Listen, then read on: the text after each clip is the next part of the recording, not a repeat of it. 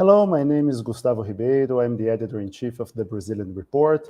Today, September the 7th, marks Brazil's independence bicentennial, but the date has been hijacked by President Jair Bolsonaro, who held celebrations of independence that were really political rallies in Brasília, São Paulo, and Rio de Janeiro. And these were events with sizable attendance, and they have been seen as a sort of last-ditch attempt by the president to pull off an upset in the presidential elections, which happened on the 2nd of October.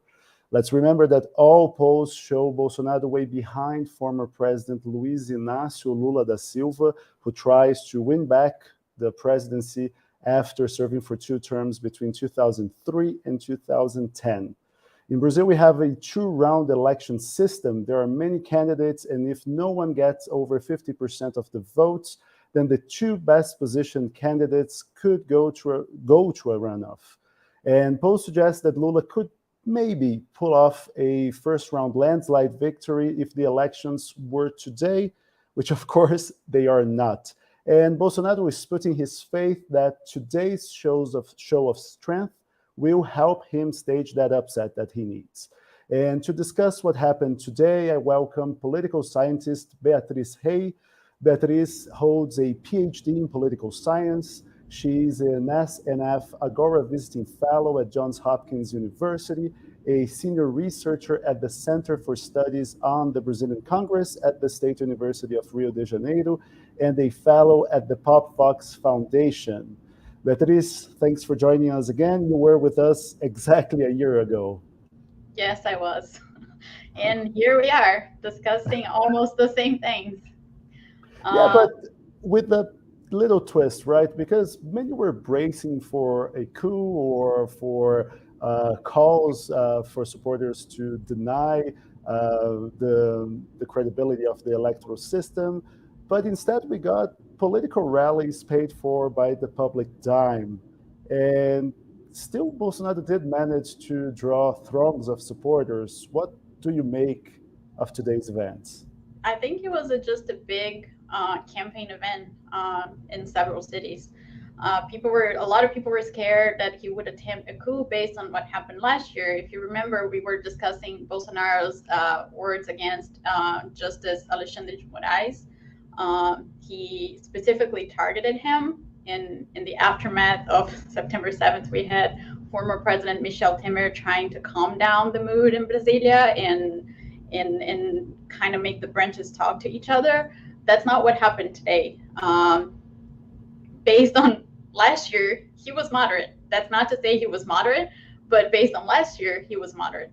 So it just turned to be just a big political campaign event. He was able to mobilize a lot of people. I was surprised, but he only spoke to his basis of support. He didn't say anything surprising or anything different than what he has been saying during his campaign. And it blows my mind. He wants to get support from women. He wants to target the female voter, and then he goes and says things that do the opposite of that. They have the opposite effect. So he did that again. He did that in the debate, and he did that today again. And just for a piece of context for people who did not follow the events as closely as we have, Bolsonaro told supporters as one of his arguments why people should vote for him to compare First Lady Michelle Bolsonaro to the first ladies of previous presidents. He told men that they should find themselves a princess to marry with and be happy with. And then he also said that he said he's imbrochável, which literally translates as the president saying that he doesn't have erectile dysfunction, which is not necessarily what you would expect to hear in an Independence Day celebration, especially for the bicentennial of the president. We never heard anything about Dom Pedro's heart. I was expecting something about it. It was just such an event before, and nothing happened. Instead, he was making machista comments about Lula's wife and his sexual performance. Like you said, the government brought in the heart of Dom Pedro I, who is he was a Portuguese prince who declared Brazil's independence, was Brazil's first emperor. Then he abdicated the throne to become a king of Portugal. That's why his heart was in Portugal. But he was still talking about body parts. His body parts, not Dom Pedro's.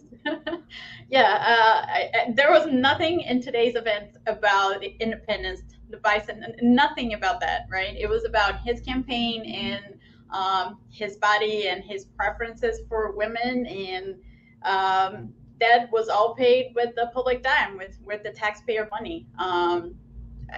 My question is, will the electoral court do something? This was out there. This is interesting.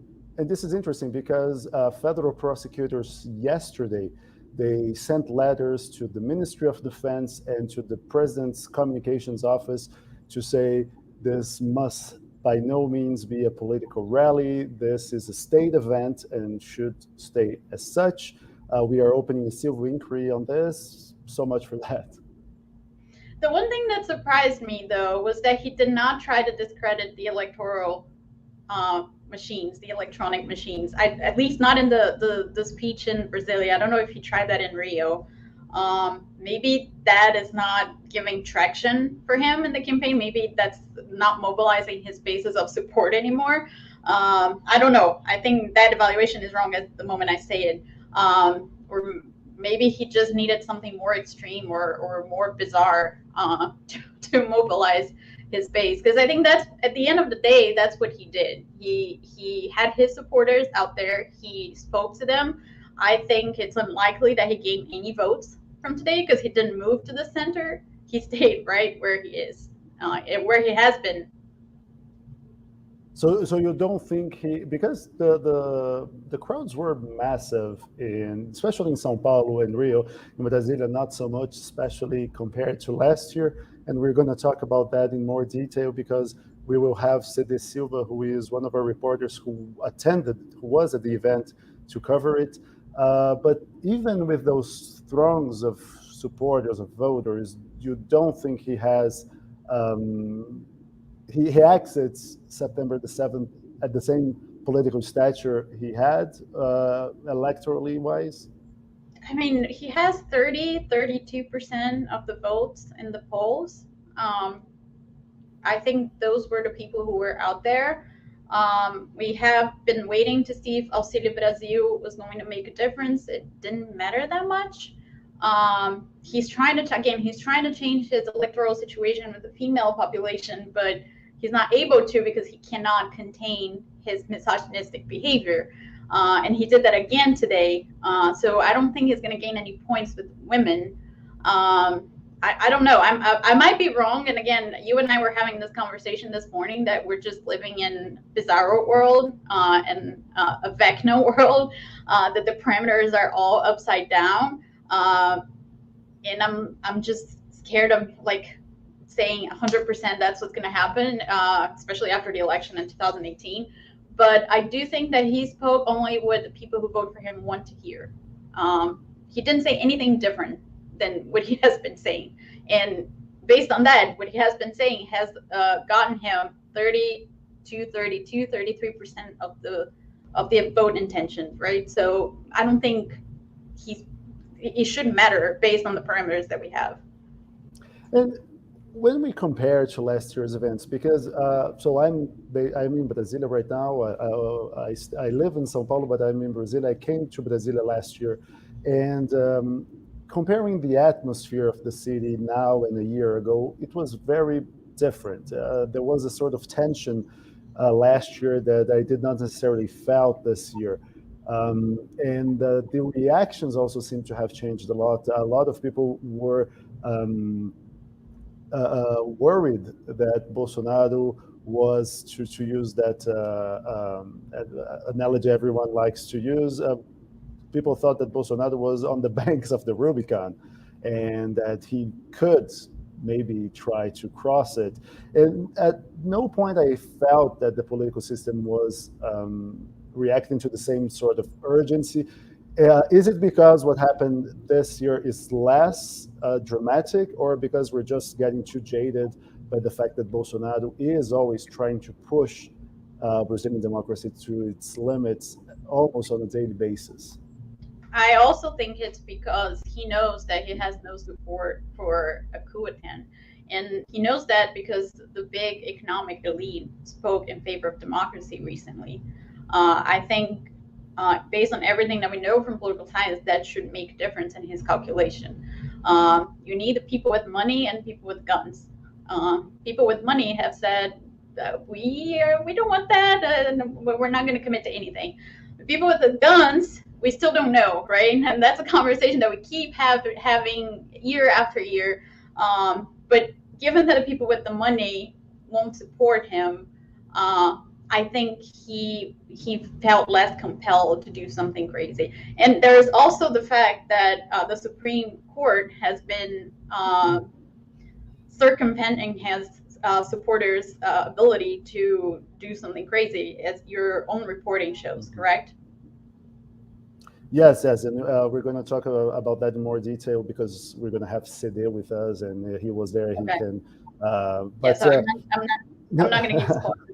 Sorry. No problem. But to talk about what you just said, you need people with money and people with guns, and people with guns remains a sort of question mark right now.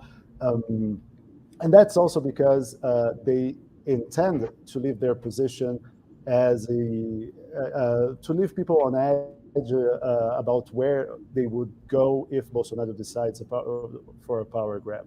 Now, I've talked to political observers, and there are two lines here to interpret this.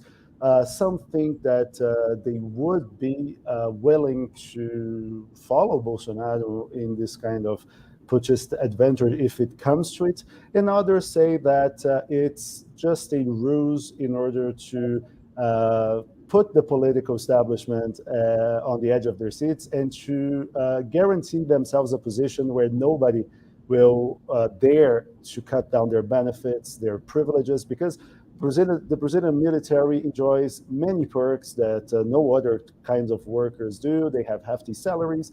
Their pension system is unparalleled. Their healthcare system is also unparalleled. Where do you put yourself? Do you think they would be willing to cross the Rubicon, or do you think they just want everybody guessing what they would do because that serves their interests even more than any sort of coup? So when we think about 64, so there has to be some level of coordination for these things to align and for a coup to actually happen, right? I want to call the attention to one fact today that I think was very important. The Speaker of the House and of the Senate did not participate in any of the demonstrations, right? They were not there. Arthur Lira was not there. He was there the last time Bolsonaro was out there during launching his presidential bid. Right? He was there. He wore a T-shirt saying Bolsonaro.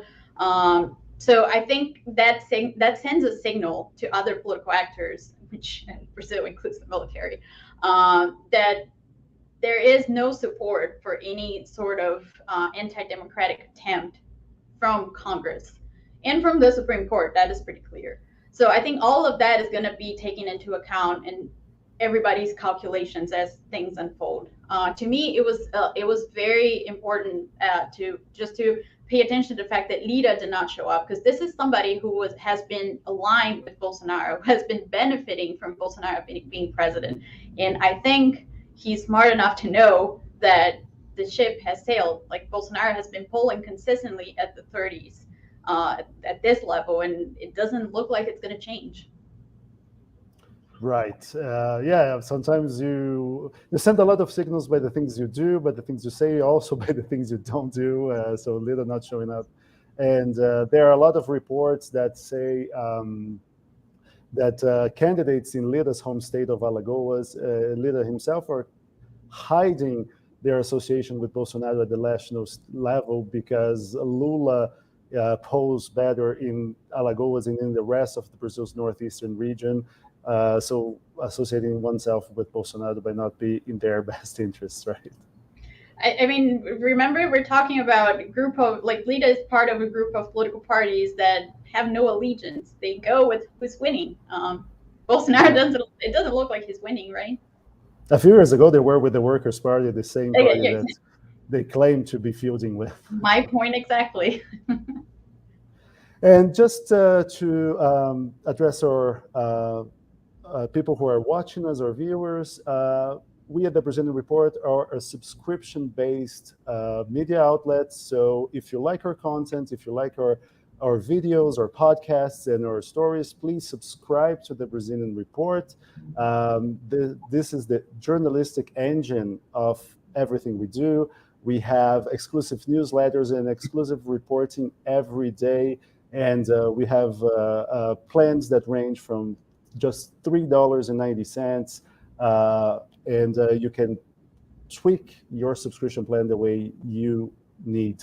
Now, Beatriz, you were talking about the fact that there was some coordination about the kind of messaging that we are going to display in today's rallies, especially in Brasília.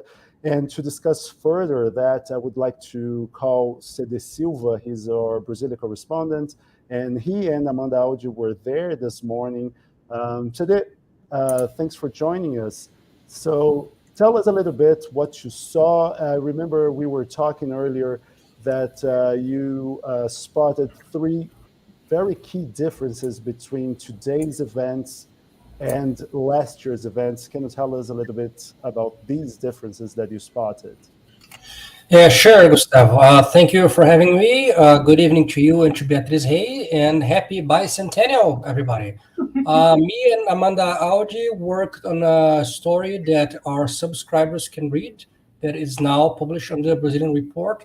It talks about the differences between this year's Independence Day pro-Bolsonaro rallies and last year. And also, Amanda Audi has some background on why some of these differences happened. What I saw today in Brasília, and I also went to the same place last year on the other September 7 demonstrations, and I could see some three key differences, as you said. The first one is that there was a much smaller crowd. There were still throngs of supporters, several thousand pro-Bolsonaro supporters, but the attendance was much lower than last year. And one of the signs that we know about this is comparing photos from this year and last year. For instance, the presidential palace has an official Flickr account with official photographs for the president's agenda. If you look at the album for last year, there are a lot of photos of the crowd and of the president addressing the crowd. But this year, they only published one photo of the crowd. So this is an indicator that the crowd was not as large as President Bolsonaro wanted, and definitely not as large as last year. The second difference is there are many less signs this time around with pro-coup messages, such as calling for the deposition of the Supreme Court justices or calling on Bolsonaro to use the armed forces to have an intervention in government. These messages still exist. They are still there, but they are on a smaller quantity than last year. Amanda Audi brought to this story the explanation why. This is no accident. There was coordination back on social media, back on WhatsApp and Telegram for these pro-Bolsonaro groups for a more unified message and for a message that is not as strikingly pro-coup as it was last year. They have not changed with dog whistles, right? Precisely. They have not become angels. For last year to today. It was not a change of heart. It's not a change of character. It's just a change in how to convey these messages. So there are still messages with so-called dog whistles, which is a political jargon for messages that most people will understand one thing, but the few people in the inside the group are going to understand what's the real content of that message. And so there are messages that we want to respect democracy as long as the vote is audible and there's a public counting of votes, which means they do not trust Brazil's voting system. They will not accept Lula winning the election. But that message is coded for pro-Bolsonaro supporters. And the third main difference is, since this is an electoral year, there were a lot of messages and a lot of electoral workers campaigning for candidates. So, for instance, I was handed a pro-Bolsonaro leaflet. It contains a QR code, and it features the first lady on the other side. Professor Rey was talking about how Bolsonaro supposedly tries to pander to female voters, but he can't because of his nature.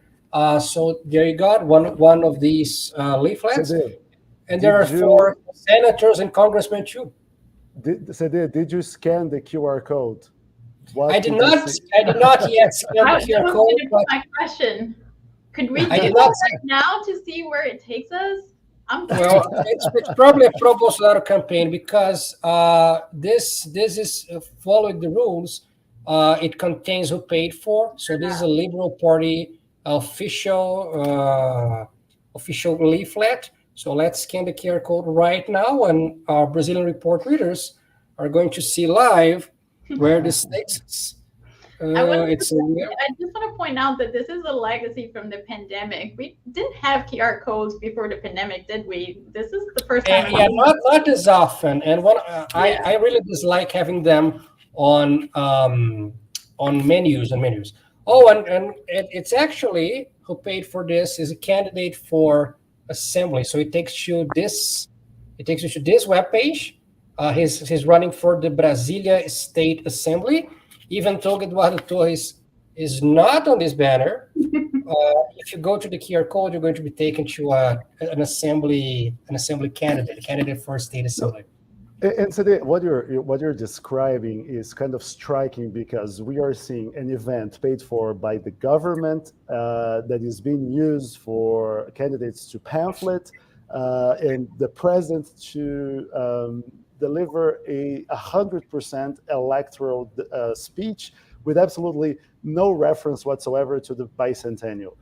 If the electoral courts want, they have pretty much everything they need to strike down the Bolsonaro candidacy, because that is, it seems, at least at first glance, a sort of textbook example of what we call in Brazilian electoral law abuse of economic power, doesn't it? Yes, they will not do that, but they should do that. In fact, they have just accepted officially Bolsonaro's candidacy, but they've got all the elements. I think that's the most important message that for tonight, at least in my understanding, is that Bolsonaro has already stole a lot of things. Literally, the first family has actually stole a dog last year. They literally stole a dog that belonged to someone else. It was not a stray dog. They stole a dog and left the dog in the official residence until the owner found out about it and took the dog back. Recently, last month, in Brazil, so many outrageous Is that things. an impeachable offense? Yeah, it's a common crime. It's a common crime. You can impeach for a common crime. You stole a dog, and they returned the dog. And last month, President Bolsonaro, in bright sunlight, close to his official residence, he tried to steal somebody's cell phone. He actually tried to steal a phone in front of everybody. And so President Bolsonaro steals a lot of things. And he stole something from us as Brazilians. He stole our bicentennial. This is a time when Brazil should be celebrating and coming to a better understanding of our history, of our culture, of the reasons why we're such a big country compared to our South American neighbors, of the reason that why we speak a language that our neighbors do not, of the reasons that Brazil came to be a nation with the scourge of slavery and with the scourge of social inequality and so many other things and so many other decisions by Dom Pedro and by the leaders at the time. José Bonifácio, which was an important Brazilian leader, he had a project to outlaw slavery at the time of independence. The decision was made not to outlaw slavery at the time, but we could beat something else. And we're not having that conversation. We're not having a conversation about the bicentennial that was stolen from us. And we are discussing our bicentennial, our Declaration of Independence, the founding of our nation, as just another electoral rally by a guy who claims that he can always get an erection.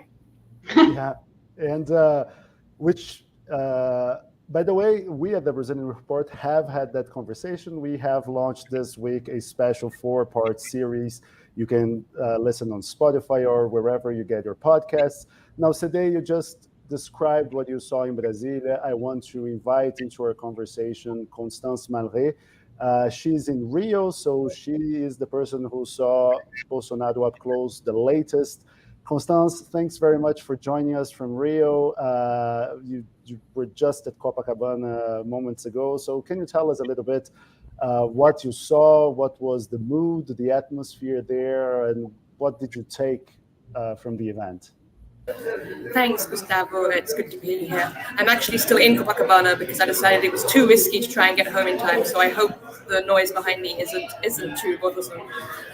So yes, I was. It's still the rally. What we're listening. It's still the rally. There's people coming back from the rally. I'm in a hotel. But yes, I was on the Avenida Atlântica in Copacabana all day. People started arriving really early here. As you said, Bolsonaro was in Brasília this morning. He didn't arrive in Rio till later this afternoon, but the crowds were already out en masse from pretty early. They came here to watch the military show that was planned. There was an air show, a naval parade.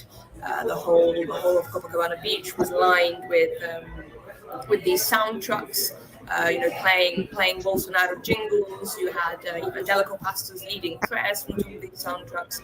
And early this morning, it was really quite a festive atmosphere.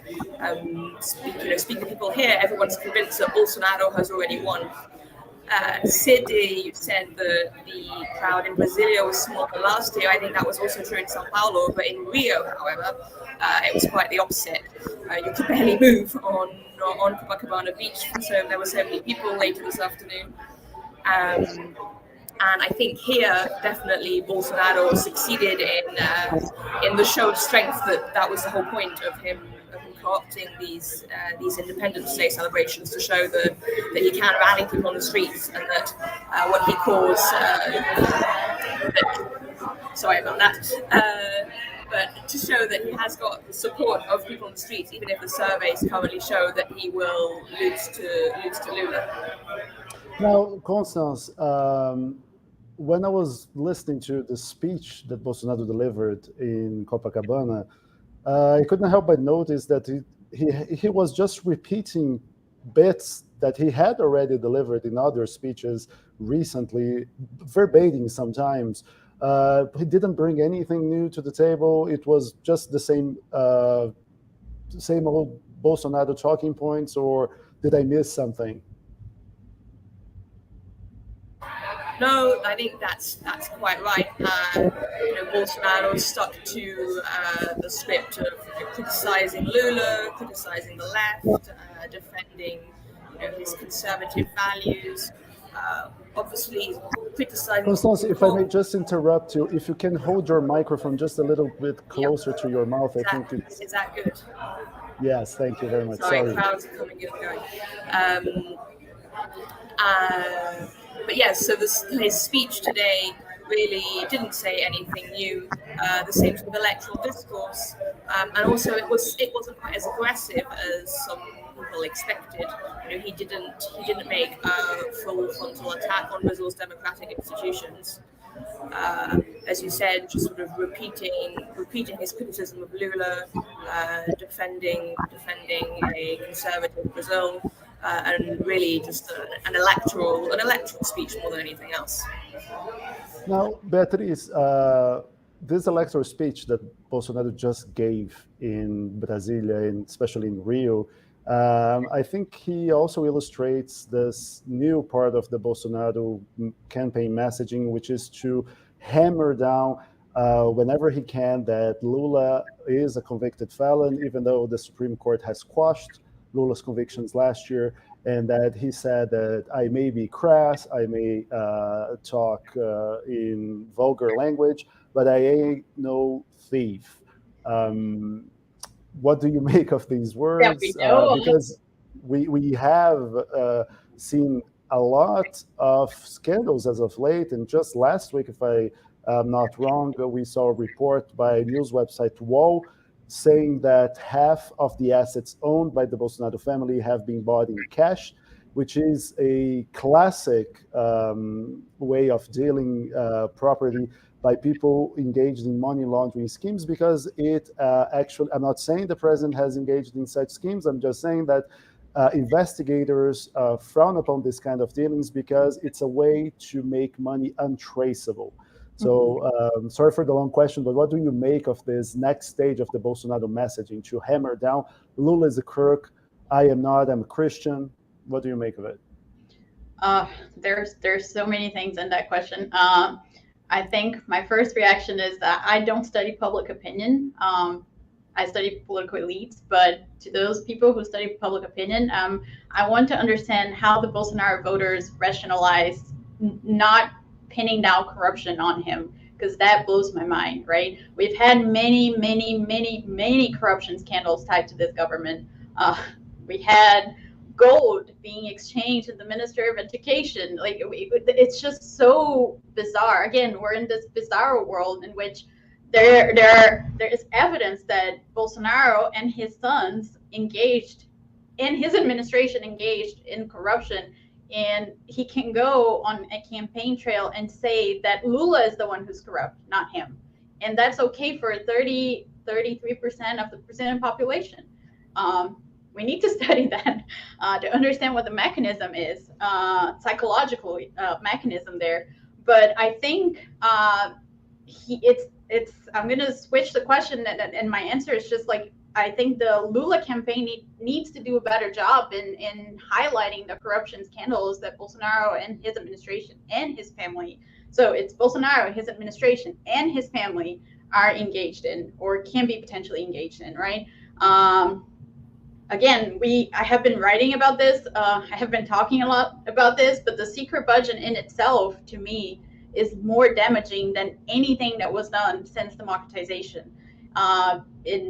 Because of the consequences that it brings, not only to the legislative arena, but for the political system as a whole, right? He can do that. He can go and say whatever he wants, but there has to be a comeback to what he's saying. And the part about religion, because he says he's a Christian, I think I also just want to make a parenthesis. Who was in Brazil? Who was in Rio? Constance, did you see the pastor Silas Malafaia? He was in that. How do you say that? Trio elétrico in English? I don't even have a sound truck. A sound truck, a evangelical sound truck. Brazil 2022. That's what we have. Bolsonaro campaigning on a neo-Pentecostal sound truck. I think that when I read that this morning, I was just like, yeah, this is exactly right. That's where we are right now. But yeah, he wants to sell this image that he's a Christian and that he has Christian values, right? Even though those Christian values, when we look for evidence to support that, in reality, we don't find it, right? Because he, as Cedê was saying, he steals. And today he stole our Independence Day, which is unfortunate because it was supposed to be a celebration of Brazil and our nation state and all of that, and we didn't hear a word about that. Now, Beatriz, I'm just going to call for a quick break of just 1 minute, and when we come back, we'll come back also. We're going to add one member to our conversation, Euan Marshall, our editor at the Brazilian Report, and he is in São Paulo. He lives quite close to Avenida Paulista, where pro-Bolsonaro supporters held their own parade. So we'll be back in just a few seconds to talk a little bit more with Euan. I'd like to take this opportunity to talk about our new exclusive report on the 2022 Brazilian elections, a watershed moment for Brazilian democracy. In less than a month, Brazilians will head to the polls in what is gearing up to be the most decisive election in the country's recent history. Everything you need to know to be well positioned in this crucial moment. Our 31-page report is filled with in-depth analysis that will bring you up to date on crucial topics such as the main issues facing the economy, Bolsonaro's re-election strategy, threats to Brazilian democracy, the importance of congressional elections, and a detailed overview of governor races in key Brazilian states. So don't hang around any longer, become an insider with the Brazilian Report. Go to brazilian.report/subscribe and use the coupon code September22 for a 20% discount on our exclusive report.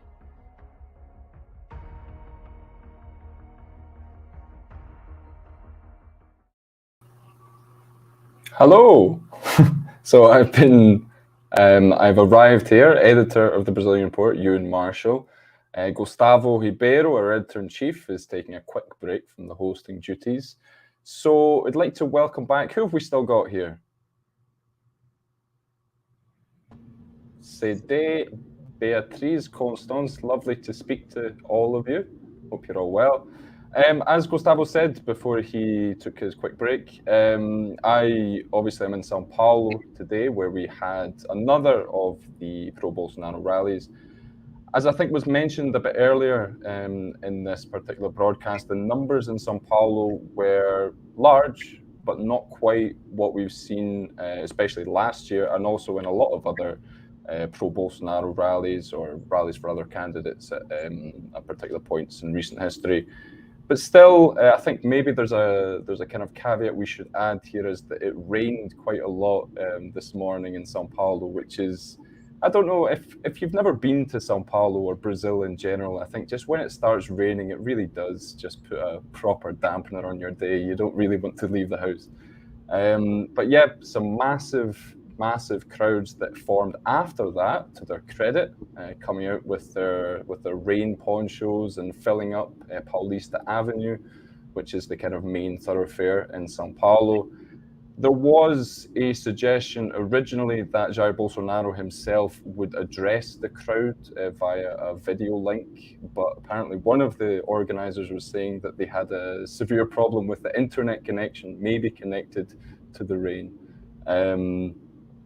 But yeah, it was an interesting rally. It seemed it was more in Rio de Janeiro and potentially in Brasília as well, a bit more of a kind of show of strength sort of thing.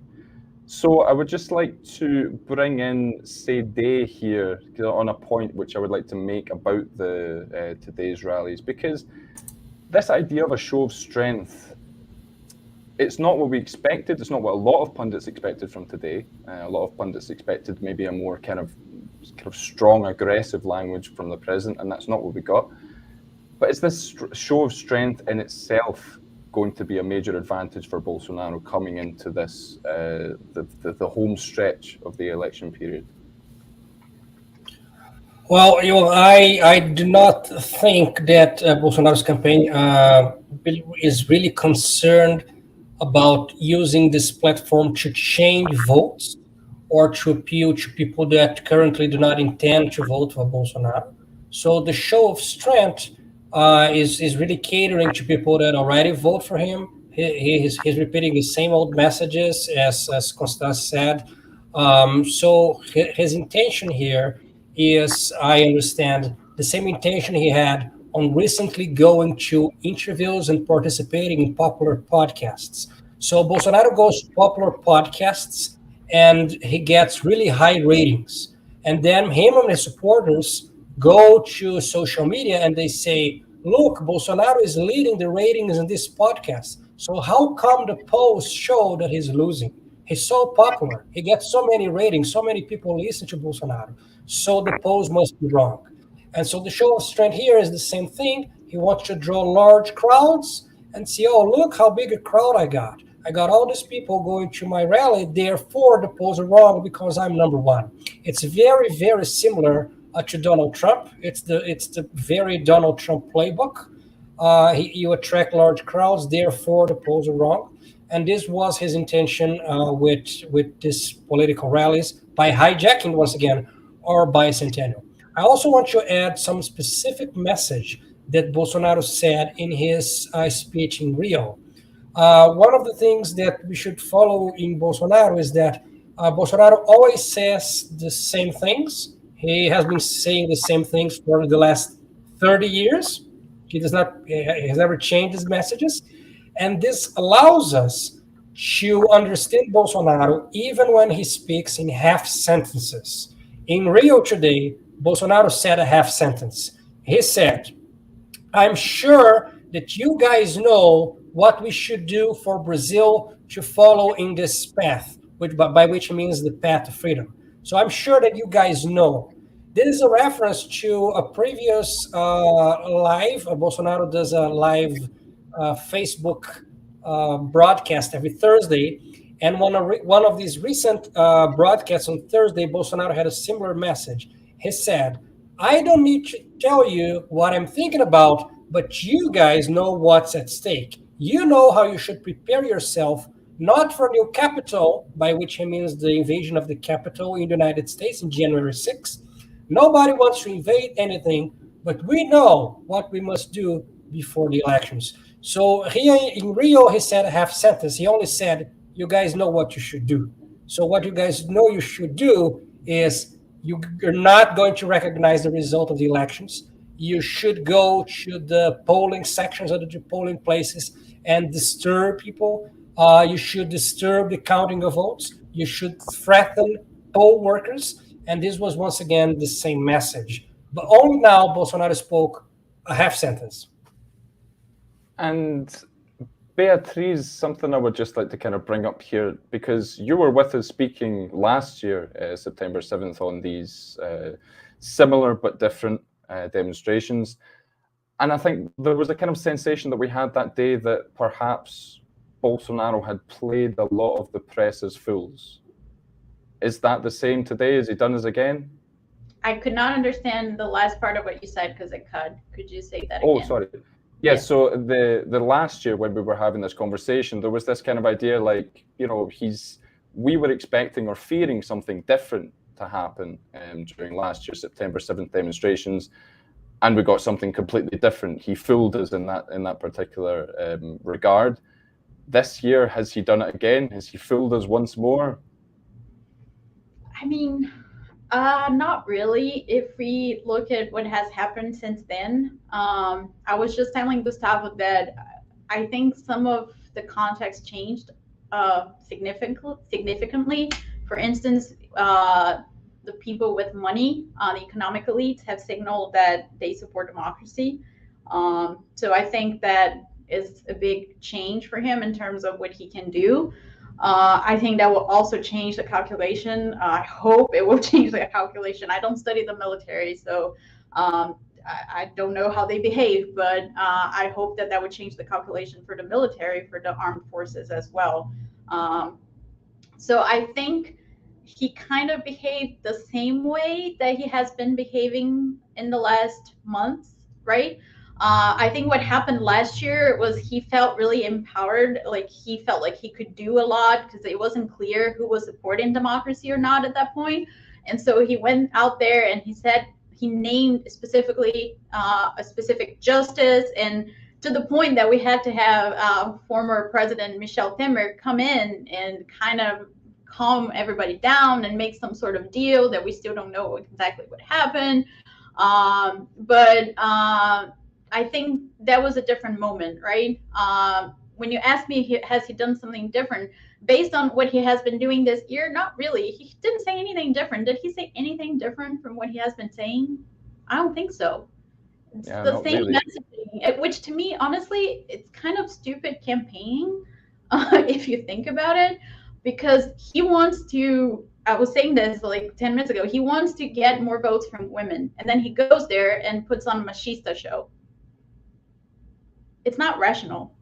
Yeah, I mean, from where I'm standing, I would perhaps guess that he's trying to buy into that idea of showing his ability to mobilize people, which in public opinion worldwide, and also in Brazil, there's a tendency to, it works for part of the right. It works for his core supporters, right? But if he wants to reach out outside of that, it doesn't really, especially if he wants to reach out to women, he shouldn't be saying that we should vote based on who you're married to. Indeed, yeah. But it's just like perhaps the one aspect is that what you've seen a lot in Brazilian elections and public opinion over the year is that there is a tendency closer to the time to want to rally behind the winner, to want to rally behind someone who you think has a really good chance. And even though if he's on the one hand portraying the polls as, you know, as inaccurate and untrustworthy, he's showing potentially material evidence to people that, oh, look, I'm popular. Look how many people I can bring out. You know, I'm giving myself a show of strength. I don't know. I mean, potentially some people might find that quite attractive. Well, like so here I'm brainstorming, right? But like we were expecting the economic help that he gave to Brazilians to make a huge difference in the polls, and it didn't. That's money that we're talking about. I don't know if support will really switch numbers that much. Exactly. And just on that note then, let's talk about the polls, because we have had for quite a long time now that the polling outlook has really not changed very much at all, between Luiz Inácio Lula da Silva in the lead and Jair Bolsonaro in second, and then, you know, we've got some of these third way candidates which combined are barely reaching 10% of the of support. The only real kind of influence we had was back when Sergio Moro dropped out of the race in April. And as you can see on this graph here, from March to April, Jair Bolsonaro gets a little bit of an increase there with voters coming from Sergio Moro. But beyond that, we're seeing basically the same picture for, you know, well over a year now. Is there any sort of belief that this can possibly change now with, as we've said, Bolsonaro saying more or less the same sort of things? I don't see it changing unless something really catastrophic happens, like somebody attempts to kill him, like it did in 2018. That was a game changer. I don't see the data are there, right? He's been saying the same thing. He's been polling consistently the same. He's not moving to the center. Today he showed that he's not moving to the center. He's not even moving to women. He's going the other way. And I'm sorry, I'm hammering on this point about women because it's just, to me, it's just shocking how it's stupid but also outrageous at the same time, right? Because like if he wants to get vote from these part of the population, he should be doing exactly the opposite of what he's doing. But it seems like if he continues with the same, I don't see the numbers changing that much. And I think if I might barge in, I see this as a natural consequence of polarization. For months, I've been calling that this election would be the most boring presidential race Brazil has ever had, with Lula first and Bolsonaro second. And this is just a natural consequence of having a polarized country. In a polarized country, you've got two major candidates. People will not change their minds. It doesn't matter what either candidate does. If either of them burns the national flag live or etc., their supporters will not change their mind. And this is a natural consequence of having a polarized race. So the exciting thing, what I have always said is the exciting thing and the exciting news is not on the presidential race and not on the election, but it's on what's going to happen after the election, when inevitably Bolsonaro will not recognize the result. I fully agree with that. And if the U.S. teaches us something, is that's exactly what we should be paying attention to. How exactly we're going to get out of this transition situation, right? It's not clear to any of us. Exactly. And obviously that's something that what we've said a lot of the Brazilian report is that we are going to be looking not just at the election, but in the post-election period, which, you know, it's arguably, as Cedê says, it's more interesting, tense, perhaps, than the actual campaign itself. Constance, I'd just like to bring you back in here. I don't know how you're getting on in Copacabana, if the crowds have died down a little bit, but it sounded quite... They're getting bigger. People are coming off the streets. Well, we talked just recently there, it was Beatriz that brought it up, that the Bolsonaro campaign has sought to put a lot of money into these kind of, you know, short-term financial measures, economic measures, to just that kind of really grabbing for votes sort of thing. And we haven't really seen any proper change in his popularity, even though that, you know, over the years we have, you know, presidential approval is often linked to economic prosperity, but Bolsonaro just can't seem to get a break, really. Why is that? Why he can't get a break despite having put in all, like, yeah, put the whole government machine behind distributing new benefits. I think, yeah, we've really seen his support sort of cap at around 33%, haven't we? And it's his core supporters, the ones who, you know, who believe the discourse they're being fed. You know, Beatriz was saying, you know, you can't believe that these people are on the streets, you know, can't see the corruption that surrounds Bolsonaro and his family. The people I was speaking to today just don't, you know, if you ask them, oh, but what do you have to say about, you know, the reports that Bolsonaro's family is corrupt? They're just like, no, it's not true. He's an honest man. So I think Bolsonaro's managed to hold on to those people who, you know, who will not budge, but that you know, the combination of the economic crisis, I think the pandemic now seems very far away, but it definitely took a hit on his support over the last year, has like pushed away that sort of middle part of the electorate, which, you know, a couple of years ago was still on his side.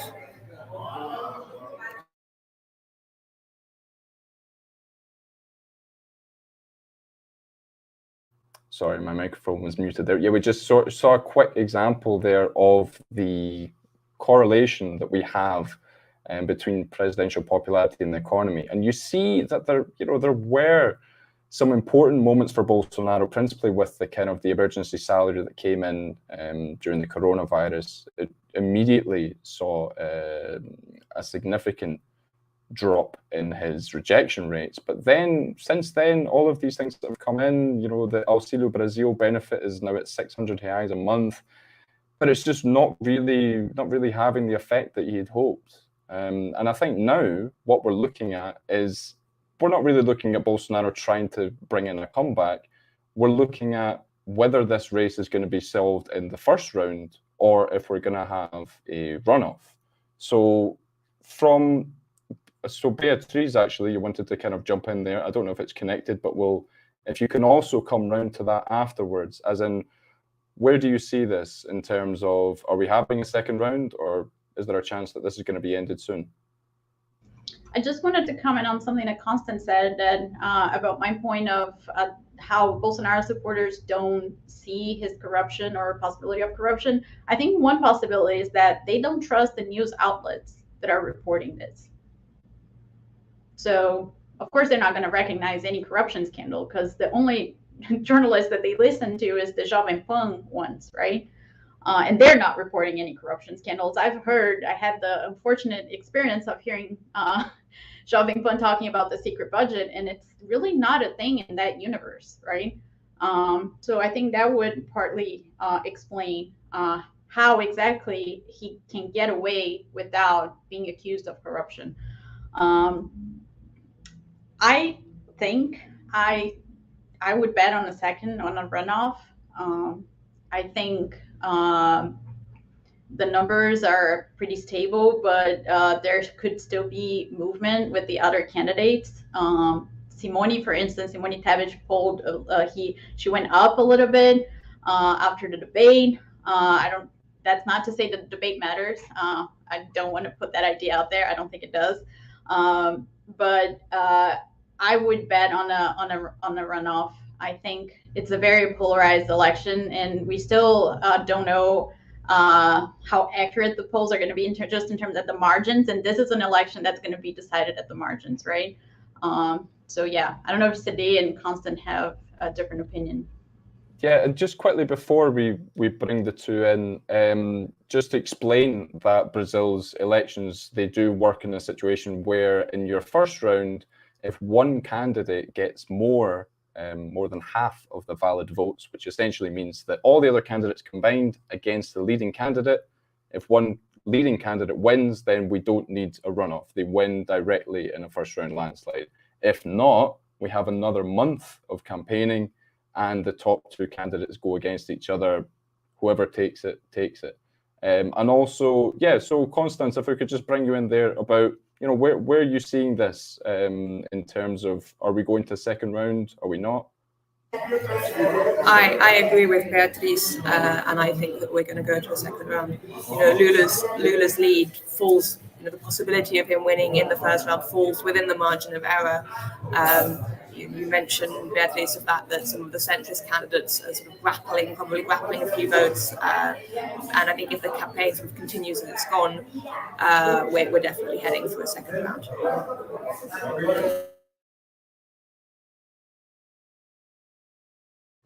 And Cedê, just to ask you on this, because one of the kind of factors that we have in this kind of the home stretch, as it were, of the campaign, is that Lula, who is well ahead in the polls, is trying to appeal to the voters of Ciro Gomes, who is in third place at the moment.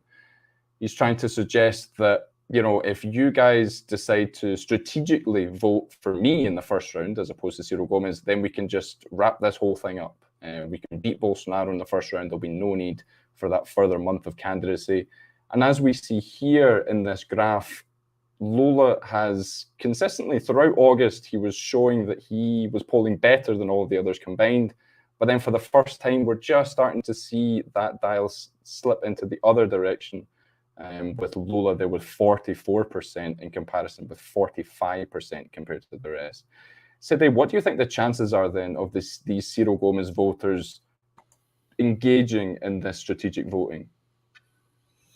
From what I have seen, Ciro Gomes supporters have been very steadfast in their support usually. Most of them are not willing really to change their mind. And in fact, making Ciro Gomes drop out has been a long desire in the PT campaign. It also happened in 2018, and it's happening this year again since the beginning of the year. You see Petistas, pro-Lula messengers saying that, Ciro should quit so Lula could win in the first round, and et cetera, et cetera.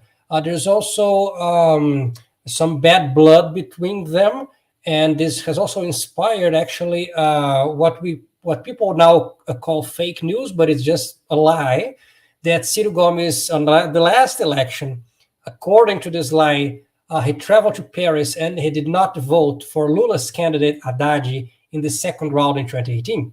Actually, Ciro Gomes did travel to Paris, but he traveled back to Brazil and he voted in the second round. The vote is secret, but Ciro says, we understand Ciro voted for Haddad. And so there is this bad blood, and it has been a long dream from pro-Lula supporters for Ciro to drop out or for Ciro's voters to change for Lula. But they have been really steadfast with Ciro. But this year, to the Petistas' advantage, Ciro is polling this year much lower than he did on last election. On the last election, Ciro won 12% of the vote, and he won on his home state of Ceará, which is not likely to happen this year. So I believe that, from what I understand, from what the polls show us, at least most of the Ciro supporters that could go to Lula already did.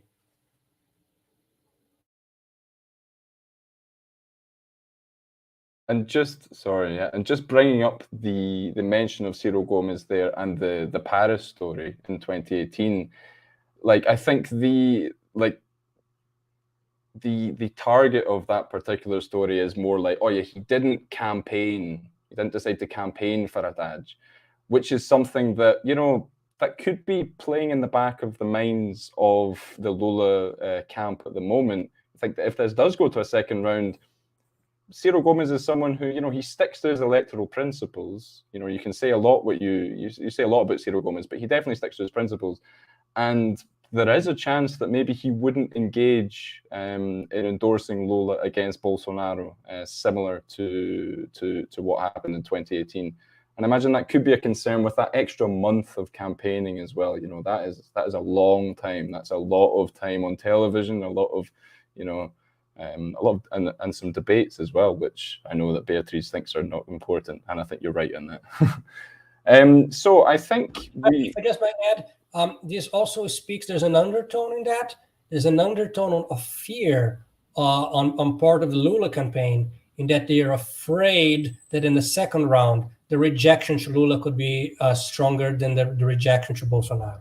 So they speak of that fear when they speak of, oh, Ciro, you should resign so Lula can win. So to add to this point, the research in political science about how the Brazilian voters behave is really, they're divided between being a PT voter and anti-PT voter. That worries me. Yeah, the runoff worries me in that sense. And when I say it worries me, I want to say, like, if we're, from my perspective as an analyst, I'm coming from a place of supporting democracy. We're dealing with a candidate that is against democracy and has shown that he is against democracy. I do want to say, I don't think debates matter, but I think it's healthy that people participate in them, because they should put their the proposals out there. They should participate in interviews. Yeah, I love debates. I said that on Twitter. When the first one happened, I missed them. I think we should have more of them. I don't think they matter, but they're, for political junkies like me, they're fun to watch too. Exactly. Right. I think we'll be wrapping that up today. But first of all, I'd just like to give a quick reminder that the Brazilian Report, we have a page on Buy Me a Coffee, which is for, people who, if you are a subscriber and you want to maybe support us a little bit more, or maybe if you don't fancy signing up to the website, but you want to give us a little bit of help there, you can donate coffees to us to fill up our coffee mugs while we're covering Brazil. And also we have a special membership program there where you can sign up by buying us monthly coffees, and we'll give you a lot of, extra benefits like exclusive newsletters, behind the scenes content, all that sort of stuff. It's very fun. So definitely check that out at buymeacoffee.com/Brazilian Report. So what remains to say is thank you to you all. Cedê, Beatriz, Constance, it's been great to speak to all of you on this slightly confusing day, I suppose, the bicentennial of Brazil's independence. And yeah, for everyone who is celebrating the independence at home, a very happy Independence Day to all of you. And we at the Brazilian Report will be back very soon. Thanks very much.